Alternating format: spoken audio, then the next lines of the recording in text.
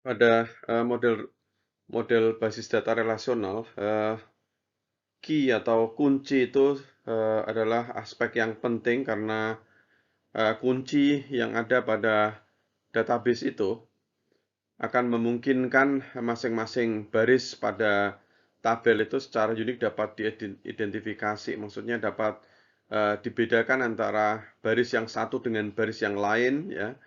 Tidak ada data yang sama akan tertulis dua kali karena data-data itu diidentifikasi secara unik, ya.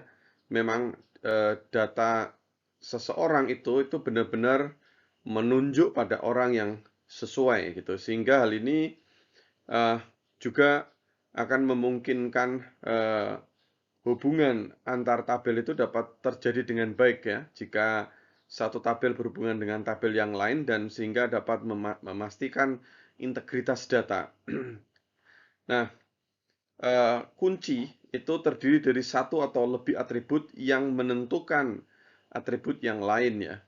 Nah, di sini ada kata-kata yang penting yang cukup populer di dalam database, ya, yaitu determine, menentukan, ya. Kita perlu hati-hati untuk benar-benar memahami apa yang dimaksud dengan determine atau menentukan itu. Kita akan membahas lebih jauh makna kata determine atau menentukan pada beberapa slide mendatang. Nah, salah satu contoh yang digunakan untuk menjelaskan determine, konsep determine ini adalah bahwa invoice number itu akan mengidentifikasikan atau akan menentukan semua atribut invoice yang lainnya, yaitu misalnya invoice date dan customer name, ya. Nah, penjelasan yang lebih detail mengenai determine ini akan dijelaskan pada beberapa slide ke depan, tetapi yang penting di sini adalah bahwa suatu key atau beberapa key akan dapat menentukan atribut yang lain pada suatu tabel, ya. Tabel yang kita akan pelajari pada studi kali ini adalah tabel mahasiswa atau tabel student. Nah, sepertinya mempelajari atau mendefinisikan, menggambarkan primary key dari tabel mahasiswa itu adalah hal yang simple, yang sederhana, ya. Kita tahu hampir pasti kita akan mengatakan bahwa primary key tabel student itu adalah NIM. Atau kalau student itu berada dalam konteks negara, maka kita akan mengatakan bahwa primary key-nya itu udah pasti adalah nomor KTP. Tetapi meskipun penentuan primary key itulah sesuatu yang begitu sederhana, ya, tetapi supaya konsep kita dapat memiliki fondasi yang kuat, maka kita harus memahami dengan hati-hati karakteristik dari primary key dan juga konsep yang terkait yang lainnya, misalnya adalah super key, candidate key, dan secondary key. Sehingga untuk maksud itulah kita akan mempelajari konsep-konsep tersebut pada beberapa slide mendatang. Sekarang kita akan mempelajari suatu konsep penting, yaitu namanya adalah dependensi, ya. Nah, tetapi ya cukup unik di sini, ya. Kita mempelajari konsep dependensi, tapi malah di sini slide yang dijelaskan adalah determinasi atau determination, ya. Nah, seolah sepertinya ini suatu yang bertentangan, tetapi baiklah kita ikuti saja apa yang dimaksud dengan determination ini, sehingga pada akhirnya kita nanti akan mengetahui apa yang dimaksud dengan dependensi ini, ya. Nah, pertama-tama kita harus pahami apa yang dimaksud dengan determination, ya. Determination itu adalah suatu kondisi, suatu keadaan di mana ketika kita mengetahui nilai suatu atribut, maka hal ini memungkinkan kita untuk dapat menentukan nilai dari atribut yang lain, ya. Nah, mengetahui suatu nilai atribut dapat menyebabkan kita mengetahui nilai atribut yang lain. Pada awalnya bagi saya pribadi adalah hal yang tidak terlalu sederhana langsung dimengerti begitu saja. Tetapi penjelasan berikut ini cukup dapat mempermudah kita untuk mempelajari konsep determination ini. Yaitu ketika kita mempelajari suatu formula. Suatu formula revenue minus cost sama dengan profit.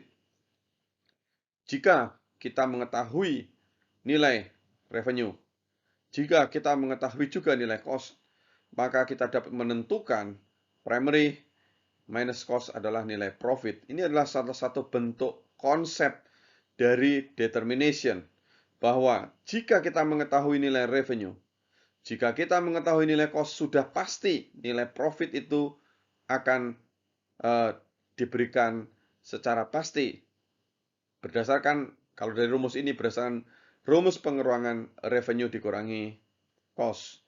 Nah, konsep determination di dalam database ini bukanlah konsep formula matematika seperti ini, tetapi pemahaman akan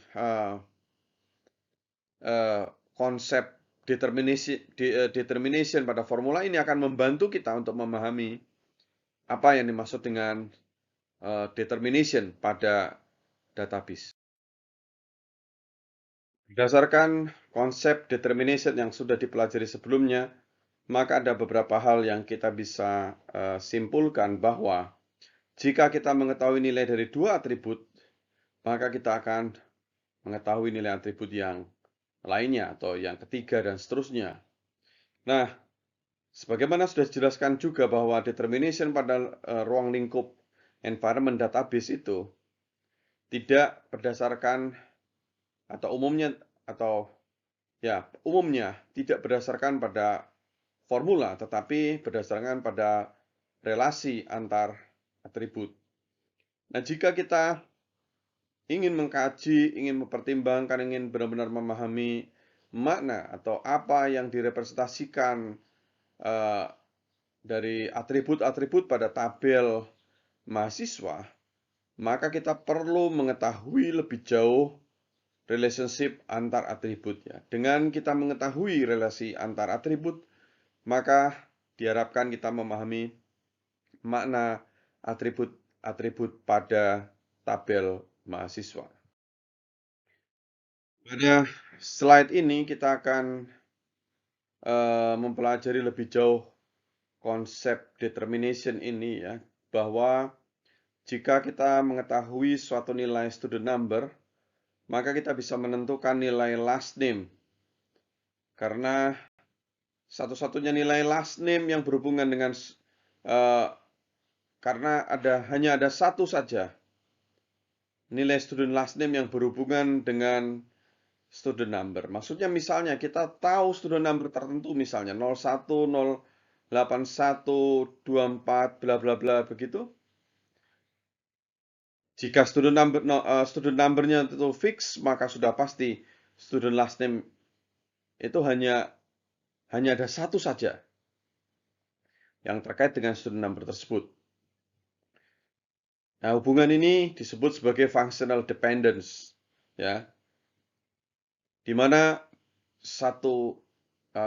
nilai dari satu atau lebih atribut menentukan nilai dari satu atau lebih atribut yang lain, atau nilai dari satu atau lebih atribut ditentukan oleh satu atau lebih atribut yang lain, atau nilai dari satu atau lebih atribut tergantung pada satu atau lebih atribut yang lain. Ini adalah notasi standar yang menyatakan apa yang sudah dibahas sebelumnya mengenai student number yang akan menentukan nilai dari last name ya. Kita bisa student last name. Kita bisa menentukan seperti ini. Student number panas student last name ya. Artinya student number menentukan nilai student last name. Atau nilai student last name ini tergantung pada student number. Di dalam konsep functional dependency ini, atribut yang menentukan atribut yang lain disebut sebagai determinan. Ya, student number ini adalah determinan. Sedangkan atribut yang nilainya ditentukan oleh atribut yang lain disebut sebagai dependence. Ya, jadi Kalau yang menentukan namanya determinan atau key, yang ditentukan namanya dependent. Jadi dengan menggunakan terminologi yang sudah dijelaskan pada slide sebelumnya, maka kita bisa menyimpulkan bahwa student number itu adalah determinan dan student last name itu adalah dependent. Dan juga dapat disimpulkan bahwa student number itu functionally determine atau menentukan student last name, dan student last name itu ditentukan secara fungsional oleh student number. Nah, konsep functional dependent di sini dapat melibatkan determinan yang terdiri dari lebih dari satu atribut dan juga lebih dari satu atribut yang merupakan dependence-nya. Nah, jika kita mengacu pada tabel student, kita bisa melihat bahwa determinan itu bisa satu atau banyak, dan juga dependence atribut itu juga bisa satu atau banyak juga ya. Pada contoh ini, student number bisa menentukan student last name, student first name, dan student GPA. Artinya jika kita mengetahui student number, secara unik pasti kita akan memastikan suatu nilai yang unik student last name, student first name, dan student GPA. Dan juga apabila kita mengetahui student first name, student last name, student init, dan juga student phone, maka kita dapat menentukan secara pasti student date of birth, student hours, dan student GPA.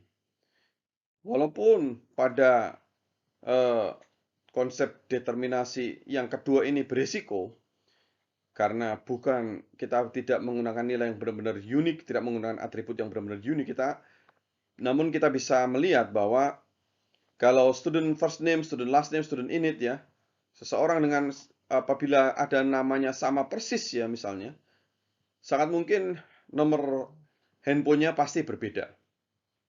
Ya, sehingga ini juga adalah suatu konsep determinasi yang dapat menentukan secara unik antara baris yang satu dengan baris yang lain pada tabel student.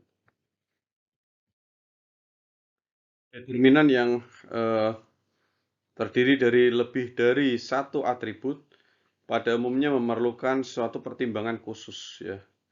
Jadi mengapa perlu pertimbangan khusus? Karena selain karena tugas determinan ini ya, harus mengidentifikasi secara unik masing-masing baris ya, sebuah tugas yang berat ya. Tetapi selain itu juga bahwa determinan itu kadang-kadang tidak benar-benar sesuatu yang harus ada gitu ya. Contohnya misalnya begini, kita bisa membuat suatu functional dependency di mana determinan itu berisi atribut yang tidak harus ada, that are not necessary for the relationship. Ya kita misalnya lihat dua konsep ini ya, dua functional dependency ini. Misalnya di sini yang atas adalah student number menentukan student GPA. Yang kedua student number dan student last name menentukan student GPA. Nah, kalau kita lihat di sini sebenarnya student last name ini tidak harus ada. Kenapa? Karena student number saja dia sendiri sudah mampu menentukan student GPA. Apabila kita mengetahui student number, maka sudah pasti student GPA itu pasti sesuai dengan mahasiswa yang dimaksudkan. Sehingga student last name ini bukan suatu atribut yang harus ada. Walaupun demikian, kita bisa menuliskan hal ini. Namun, kita harus tahu bahwa student last name ini tidak harus ada. Ya, kita bisa lihat nanti bagaimana memperlakukan atribut yang tidak harus ada, namun ada dituliskan sebagai salah satu determinan. Ya, kita nanti akan lihat pada slide berikutnya. Functional dependency yang kedua yang tadi kita bahas, kita memasukkan student last name ya pada determinan ya, di mana ini adalah atribut yang sesungguhnya tidak harus ada, is not necessary for the relationship ya. Tetapi kita bisa mengatakan bahwa functional dependency ini sebenarnya juga valid ya, walaupun student last name itu tidak harus ada, tetapi functional dependency itulah functional dependency yang valid. Karena apabila kita mengetahui nilai student number dan student last name, maka hanya satu student GPA yang dipastikan diperoleh ya. Only one value would occur for student GPA. Karena pada penjelasan sebelumnya terdapat konsep determination di mana ada sebagian atribut yang tidak diperlukan untuk menentukan atribut yang lain, dan